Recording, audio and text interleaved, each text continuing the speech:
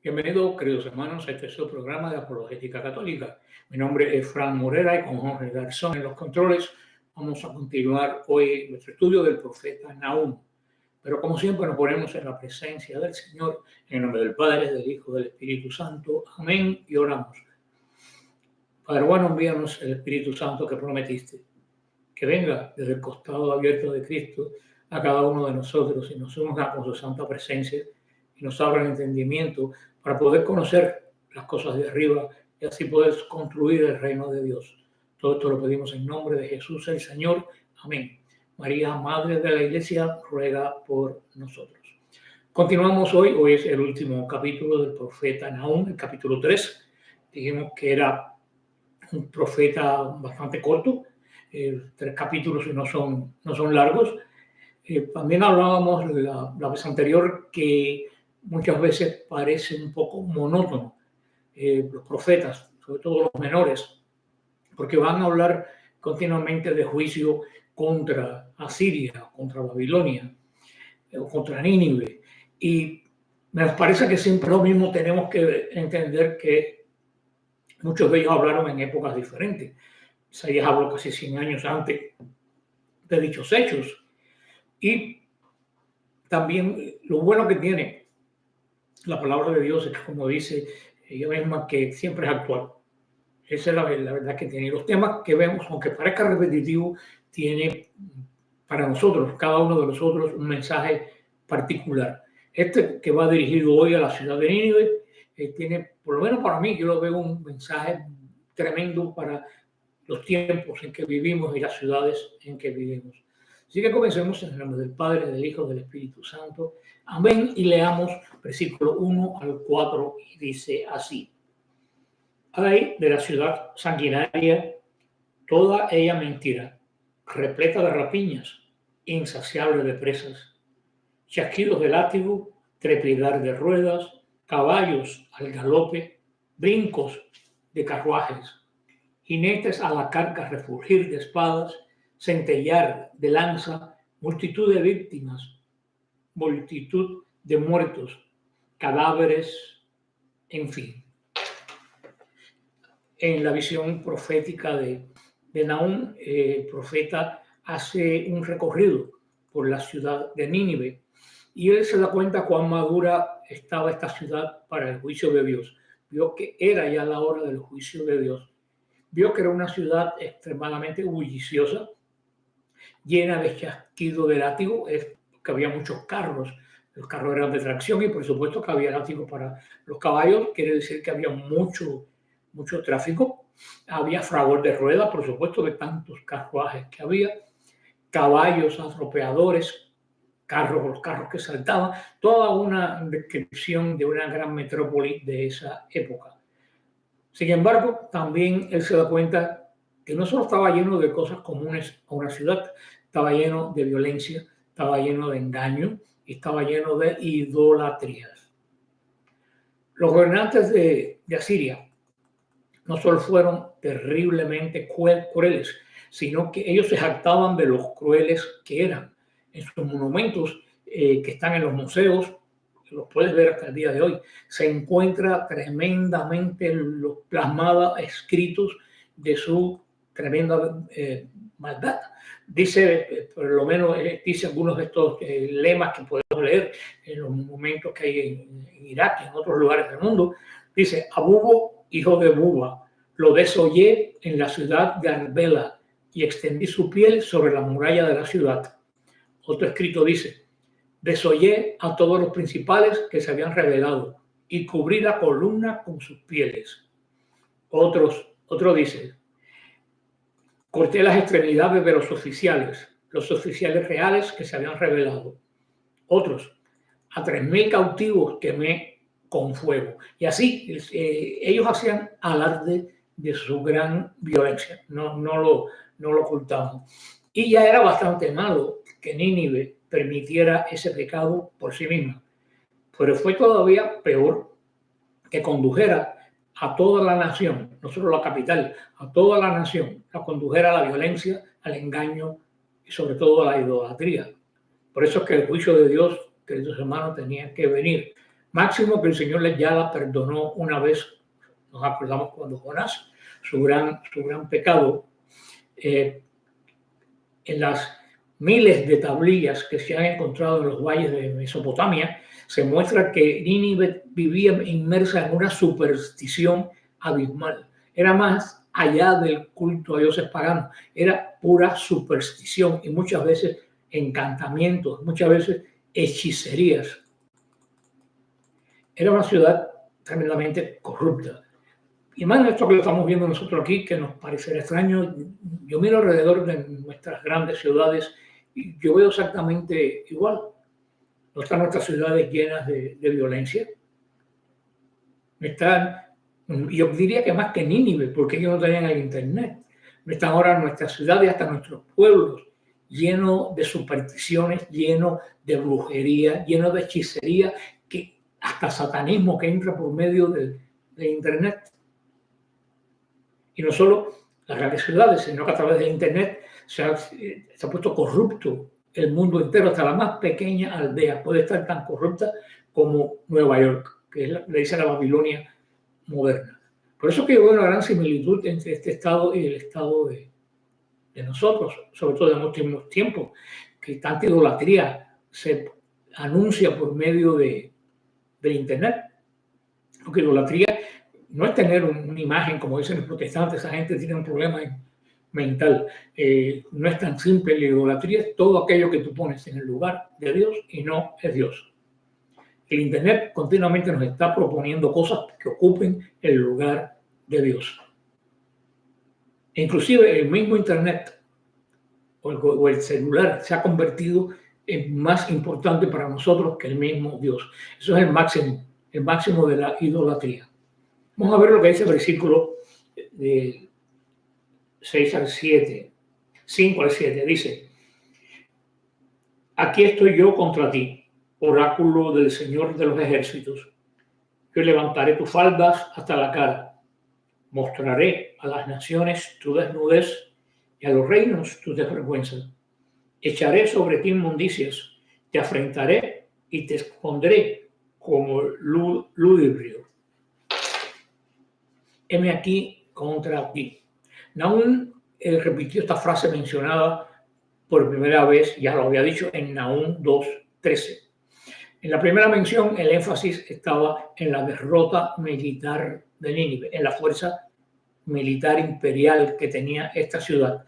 Ahora, el énfasis que pone esta frase, heme aquí contra ti, la está poniendo sobre la humillación de la ciudad más grande del mundo, la humillación y la derrota del imperio más grande conocido hasta esos momentos, sobre todo en poderío. Esta misma frase nos recuerda lo que dice primera de Pedro, capítulo 5, versículo 5, que dice el apóstol: revestido de humildad, porque Dios resiste a los soberbios y da gracia a los humildes. Nínive andaba en orgullo, era una ciudad totalmente orgullosa. Y más allá que orgullo, porque el orgullo lleva a la soberbia, era una ciudad soberbia. Y como resultado de esto tenía nada más y nada menos que al Dios de los ejércitos. Le he dicho muchas veces a ustedes cómo cuando se menciona en la palabra Dios de los ejércitos, Adonai Shabaot, quiere decir Dios que sale a la guerra. O sea que como veía esa frase, que tiemblen. Tenían al Dios de los ejércitos en su contra. Hermano, cuánto mejor ser humildes y recibir la gracia de Dios que ser soberbios y tener en nuestra contra a Adonai Shabaot. Ciudades soberbias. Solamente tenemos que mirar la televisión, tenemos que verlo, leer los periódicos, ver las noticias, para darnos cuenta que no solo nuestras ciudades, nuestra humanidad se ha vuelto soberbia. Nuestra humanidad prescinde totalmente de Dios. No le interesa a Dios. Las leyes, el aborto ahora hecho oficial en la Constitución de Francia, un país tan católico. Aquí mismo en nuestro país, ahora es día de resurrección. El presidente puso ese día, el Día Nacional de los Transgéneros, el Día de Resurrección. Un presidente supuestamente católico no menciona la Pascua y menciona el día de Pascua como un día, pues, dice expresamente, para la visibilidad de los transgéneros. Y al mismo tiempo prohíbe en la Casa Blanca mención hasta de la palabra Easter, que no es de origen cristiano, pero que se relaciona con la Pascua. En estas ciudades todas no se escapa ninguna, querido hermano, no se escapa ninguna, ni en Latinoamérica, ni en Europa, ni en ningún lugar. Para que no piensen, puedo sacar montones de pecados de todas las ciudades latinoamericanas con lista, pero no tenemos tiempo. Nos hemos revestido de soberbia, hemos echado a Dios de la sociedad y pensamos que nosotros podemos vivir sin Dios. Y aquí tenemos el ejemplo de Nínive. ¿Qué es lo que dice el Señor? Voy a echar sobre ti inmundicias y estiércol. Uy, hermano. La fuerza de la palabra de Dios, cuando uno lo lee, le sorprende esta dureza. Va a tirar sobre la ciudad estiércol, cosas inmundas. La fuerza es tremenda. Él va a tomar los ídolos de Nínive, la palabra inmundicia y la palabra hebrea shikutz es a menudo traducida como abominación.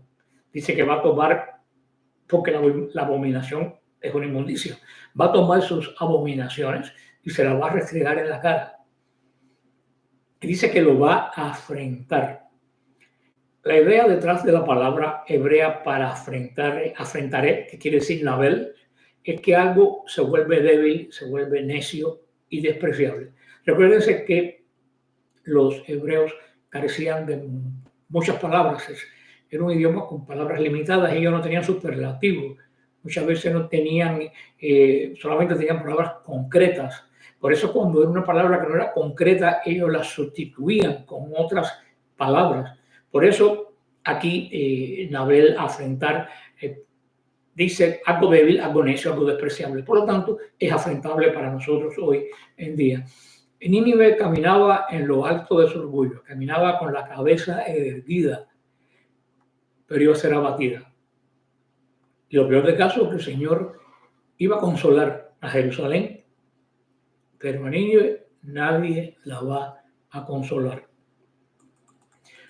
Una vez más, esto se cumplió literalmente como lo dijo el profeta. El antiguo historiador griego Diodoro Sícuro escribió sobre la destrucción de Nínive y dijo: tan grande fue la multitud de los muertos que la corriente que afluía mezclaba con su sangre, cambió de color a lo largo de una distancia considerable. Saquearon el botín de la ciudad, una cantidad imposible de contar. Uno de los historiadores de Nínive, Clark, decía, antes del descubrimiento de las ruinas de Nínive, en el año 1840, citaba a un autor que comentaba sobre la desaparición de la gran ciudad y decía: ¿qué posibilidad había de que la ciudad capital de un gran reino, una ciudad que tenía 60 millas en un compás, una ciudad que albergaba a tantos miles de habitantes, una ciudad que tenía murallas de 100 pies de alto, y agrego yo, rodeada por un río, y sin embargo fue tan totalmente destruida que apenas se sabe dónde estaba situada? Repito, esto fue antes que se descubriera. Tan grande como era antes, queda tan poco de ella que los autores no se ponen de acuerdo ni siquiera cuál era su situación geográfica. Tan mucho tiempo tardó en descubrirse Nínive, hermano, porque no quedó nada de aquellos muros de 100 metros y 100 pies de alto. No quedó absolutamente nada, ni siquiera piedra sobre piedra. Y decía este historiador, ¿quién iba a decir cuando veían aquella gran ciudad tan fuerte, tan rica, tan resguardada, que a poco tiempo nadie iba a saber no a los miles de años, a unos cuantos decenas de años. Ya nadie iba a saber, ni siquiera iban a pasar por el lugar de Nínive y ni siquiera se iban a dar cuenta que estaban caminando por encima de donde estuvo Nínive. Terrible lo que vino. Y esto lo vio el profeta cientos de años antes que ocurriera. Ahí está la época que, escritos los rollos, desde la época que los profetas lo dijeron. Ahora el versículo 8 al 11, que dice así: ¿Eres tú mejor que no Amón, la asentada en los canales del Nilo? Estaba rodeada de aguas con el mar por baluarte y las aguas por muralla. Etiopía y Egipto eran su fuerza, no tenía confines. Put y Libia eran sus auxiliares, pues también ella fue llevada al destierro, conducida al cautiverio. También sus pequeños fueron estrellados en las esquinas de todas las calles.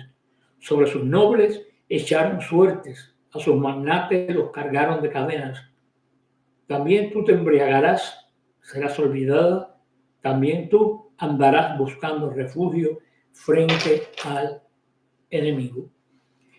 No Amón se refiere a la ciudad de Tebas en Egipto. Por eso Tebas era otra ciudad riquísima. Tebas era otra ciudad imperial poderosísima. Y Tebas también fue destruida totalmente. Por eso el Señor le recuerda a Nínive el destino de Tebas. Le dice: Tebas, que era tan rica, cayó. ¿Tú crees que tú no vas a caer? ¿Tú crees que tu soberbia, que tú eres inexpugnable? El nombre hebreo de Tebas era no Amón. Amón era uno de los dioses de Egipto. Los asirios en Nínive conocían esta historia sobre Tebas. ¿Por qué? Porque fueron sus mismos ejércitos los que destruyeron esa ciudad. Por eso Nahum le dice: recuerda lo que tú hiciste con Tebas, pues lo mismo te va a pasar a ti. Somos, hermanos, nosotros también como los ninivitas. Vemos imperios, vemos naciones juzgados en nuestros días y en la historia, tal como los asirios vieron a Tebas destruida. ¿Cuántos imperios se han caído? El imperio romano, el imperio mogol, la revolución francesa que creó un imperio de terror, el imperio soviético. Vemos como todo eso se han caído y han desaparecido. Y nosotros lo estamos viendo. Sin embargo, nosotros, los nuevos ninivitas, de alguna manera pensamos que eso no nos va a pasar a nosotros. Bueno, tenemos la misma arrogancia y la misma soberbia que esta ciudad. El versículo 12 y 15 dice así: todas tus fortalezas son higueras cargadas de breva. Si son sacudidas, caen a la boca de quien se las sabe comer. Mira a tu pueblo como mujeres en medio de ti, frente a tu enemigo. Se han abierto de par en par las puertas de tu país. El fuego ha consumido sus cerrojos. Haz acopio de agua para el asedio. Refuerza tus plazas fuertes. Pisa la arcilla, apisiona la argamasa. Agarra el molde de ladrillos, que ahí te consumirá el fuego. Te tajará la espada. Te devorará como la langosta. Multiplicaré como el saltamonte. Dice que toda la fortaleza, recuérdese, Nínive, vuelvo a repetir, era una ciudad extremadamente fuerte. Y dice que las fortalezas van a caer tan fácil como una fruta madura cae de un árbol que tú sacudes. Así, las fortalezas de Nínive iban a caer ante el juicio de Dios y repito, así fue. Los enemigos de Nínive entraron por donde ellos mismos pensaban que era lo que los protegía. Recuérdense que era el río que los rodeaba. Desviaron el agua del río y entraron por esos mismos cauces. Por donde mismo ellos confiaban, por ahí mismo fue atacada y caería en el juicio de Dios inmediatamente. A menudo nosotros inclusive personalmente, tenemos nuestras fortalezas de pecado y de orgullo, en los cuales ponemos una tremenda confianza. Hermano, pero tal como Tebas, tal como Nínive, puede ser sacudida y caer al suelo en un instante. Dice que iba a consumir, el profeta, que iba a consumir el fuego la ciudad. Todo eso está comprobado. Los arqueólogos documentan el incendio de Nínive. Boyce, dice uno de los arqueólogos. Los excavadores de Nínive han notado los grandes depósitos de cenizas que son evidencia de una gigantesca conflagración. ¿No? Históricamente nuestros libros están totalmente comprobados. Pocas religiones hay que puedan comprobar sus libros con las profecías, con los datos que dan. Y le dice, prepárate para el asedio. Nahum está haciendo una burla del pueblo de Nínive. Le está diciendo que hagan lo mejor que puedan, que guarden provisiones, que no le va a dar tiempo a usarla, porque Nínive va a caer irremediablemente.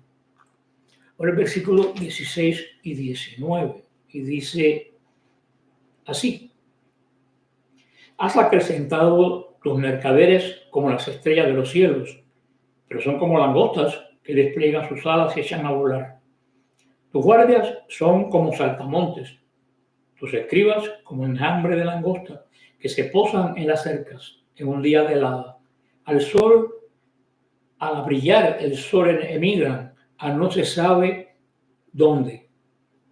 Se han dormido tus pastores, rey de Asiria.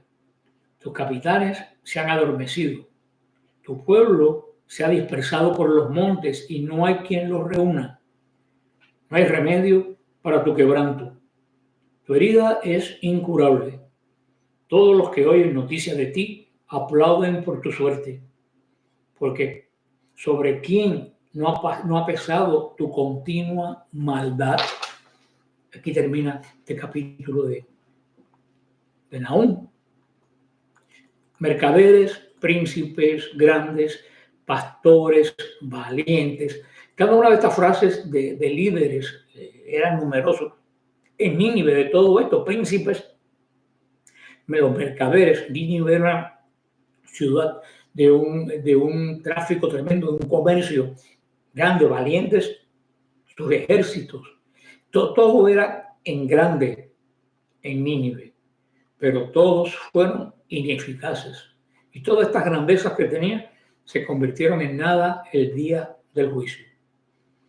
A pesar de su número, dice el profeta, tu pueblo, dice, se derramó por los montes. A pesar de que eres tan grande como los ganados cuando se desparramaban por los montes, los pastores salían y los juntaban. Dice Nahum, como esos animales se van a derramar por los montes, pero no va a haber pastor quien los reúna, porque Nínive no tiene pastor. El pastor que se buscó Nínive era un Dios que no existe. Así nos puede pasar a nosotros, hermanos, cuando llegue la hora de la prueba, que muchos acudan a un Dios que no existe, porque es el Dios que se han creado o que han comprado o que le han vendido, y se encuentre que no va a tener quien la recoja como el buen pastor recoge a sus ovejas.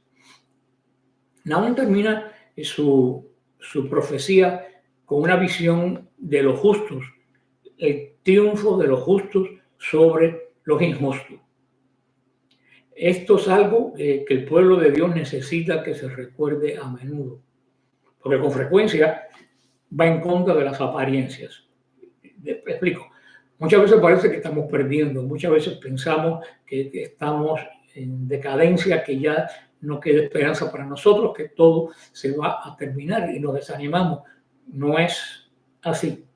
Siempre el justo va a ver el triunfo sobre la injusticia. El mal jamás tendrá la última palabra. Pueden estar seguros de eso. Así fue, así es y así será. Eso es algo que el pueblo de Dios tiene que grabarse en su mente.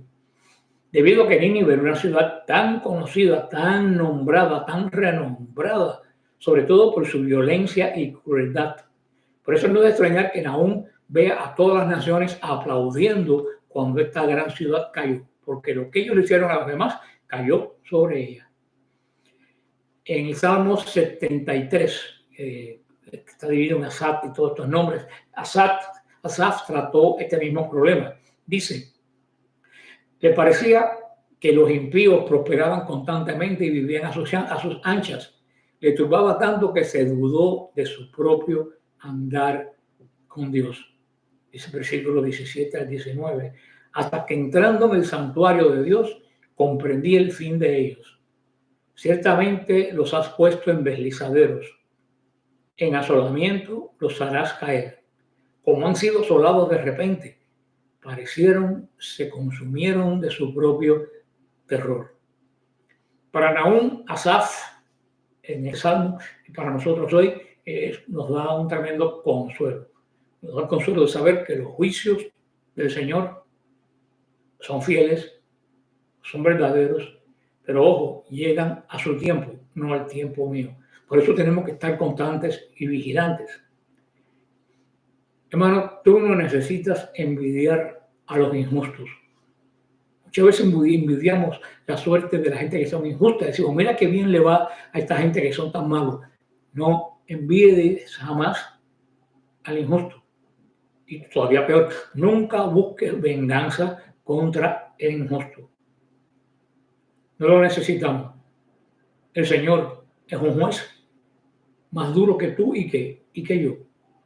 Nahum y Asaf, en el Salmo, nos muestra cada uno que Dios es más que capaz de cuidar de ellos y de cuidar de nosotros, a cada uno según su promesa. Aquí termina este corto profeta, pero tan lleno de meditación para nosotros en el día de hoy. Quería solamente recordarles que el fin de semana del 31 de mayo al 2 de junio vamos a reanudar nuestros retiros en la abadía benedictina que está en el centro de la Florida, la abadía de San Lío, de San León Magno, aquí en la Florida. Hacía tiempo que no hacíamos dichos retiro. Va a ser un retiro de... yo no lo hago de silencio porque ya me di cuenta que es imposible que el pueblo de Dios latino haga silencio, sobre todo cuando va en grandes números. Así que decimos que es un retiro de recogimiento, un retiro de crecimiento, de recogimiento. No es de conversión, es de crecimiento espiritual y al mismo tiempo para estar un tiempo recogido entre nosotros y Dios. De hecho, es un solo día porque llegamos el viernes y nos vamos el domingo después de misa. Las personas que quieran tener más información de ese retiro pueden escribirme a través de la sección que dice contáctenos en apologéticasiloe.net. También me pueden escribir en Facebook en Fran Morera, Defensa de la Fe.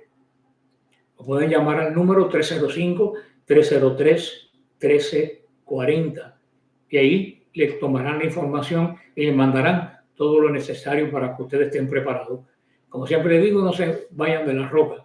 Aquí está la promesa de que las puertas del infierno no prevalecerán. Amén.